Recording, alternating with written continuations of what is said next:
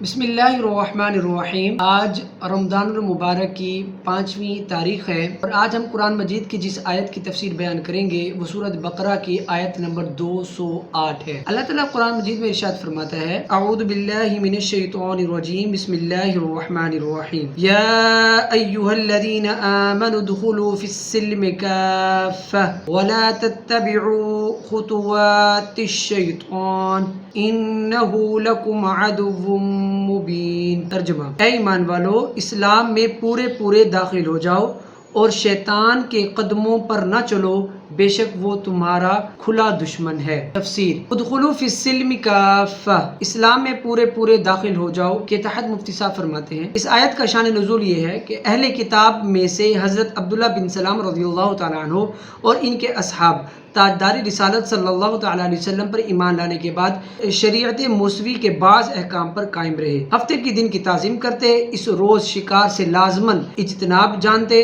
اور اونٹ کے دودھ اور گوشت سے بھی پرہیز کرتے اور یہ خیال کرتے کہ یہ چیزیں اسلام میں صرف مباح یعنی جائز ہیں، ان کا کرنا ضروری تو نہیں بلکہ تورات میں ان سے اجتناب لازم کیا گیا ہے، تو ان کے ترک کرنے میں اسلام کی مخالفت بھی نہیں اور شریعت موسوی پر عمل بھی ہو جاتا ہے۔ اس پر یہ آیت نازل ہوئی اور ارشاد فرمایا کہ اسلام کے احکام کا پورا اتباع کرو، یعنی تورات کے احکام منسوخ ہو گئے، اب ان کی طرف توجہ نہ دو۔ ایمان کی کمزوری کی علامات، یاد رکھیں کہ داڑھی منڈوانا، مشرکوں سا لباس پہننا، اپنی معاشرت بے دینوں جیسی کرنا بھی سب ایمانی کمزوری کی علامت ہے۔ جب مسلمان ہو گئے تو سیرت و صورت، ظاہر و باطن، عبادات و معاملات، رہن سہن، میل برتاؤ، زندگی موت، تجارت و ملازمت، سب میں اپنے دین پر عمل کرو۔ نیز یہ بھی معلوم ہوا کہ مسلمان کا دوسرے مذاہب یا دوسرے دین والوں کی رعایت کرنا شیطانی دھوکے میں آنا ہے۔ اونٹ کا گوشت کھانا اسلام میں فرض نہیں، مگر یہودیت کی رعایت کے لیے یہ نہ کھانا بڑا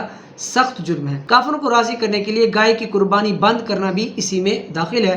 یوں ہی کسی جگہ اذان بند کرنا یا اذان آہستہ آواز سے دینا سب اسی میں داخل ہے۔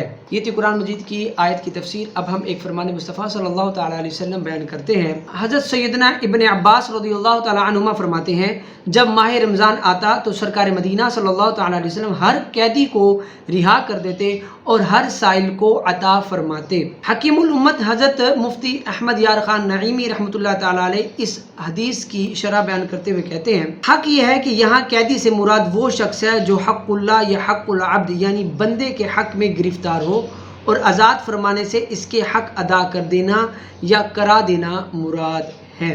یہ تھا فرمان مصطفیٰ صلی اللہ تعالیٰ علیہ وسلم۔ اب ہم ایک فقہی مسئلہ بھی بیان کرتے ہیں، اس کا بیان جاری تھا، آج اس کے حوالے سے مسئلہ نمبر 5 ہے، دانتوں کے درمیان کوئی چیز چنے کے برابر یا زیادہ تھی، اسے کھا گئے، یا کم تھی مگر منہ سے نکال کر پھر کھا لی تو روزہ ٹوٹ گیا۔ اللہ سے دعا ہے کہ جو کچھ ہم نے سنا پڑھا اس پر عمل کرنے کی توفیق عطا فرمائے اور اللہ پاک ہمیں قرآن و سنت کا فہم نصیب فرمائے، آمین، جزاک اللہ۔